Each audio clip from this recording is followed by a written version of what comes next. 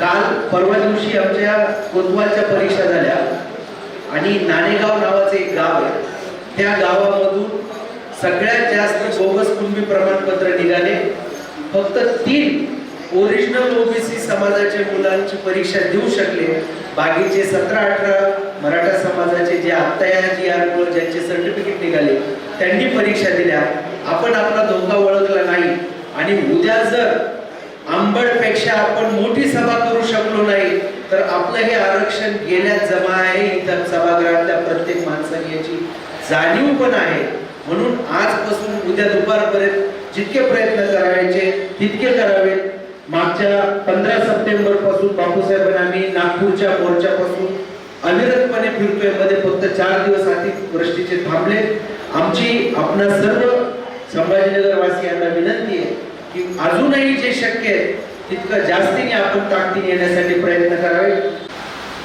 माझ्या गावामध्ये युवा समाज आहे, सुधार समाज आहे, गरीब समाज आहे, नागरिक समाज सुद्धा आहे. अहो प्रत्येक वेळेस त्या ठिकाणी सरपंच पदाचं ओबीसीचं आरक्षण निघते. आतापर्यंत जो पाटील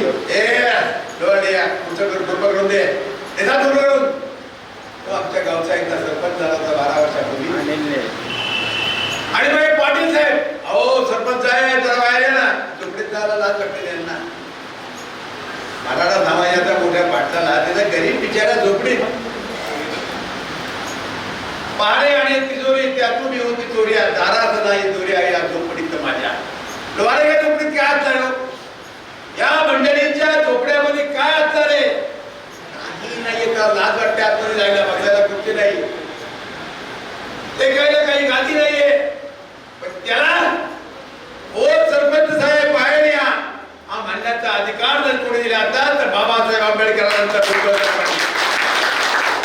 हा अधिकार आपल्याला पाहिजे.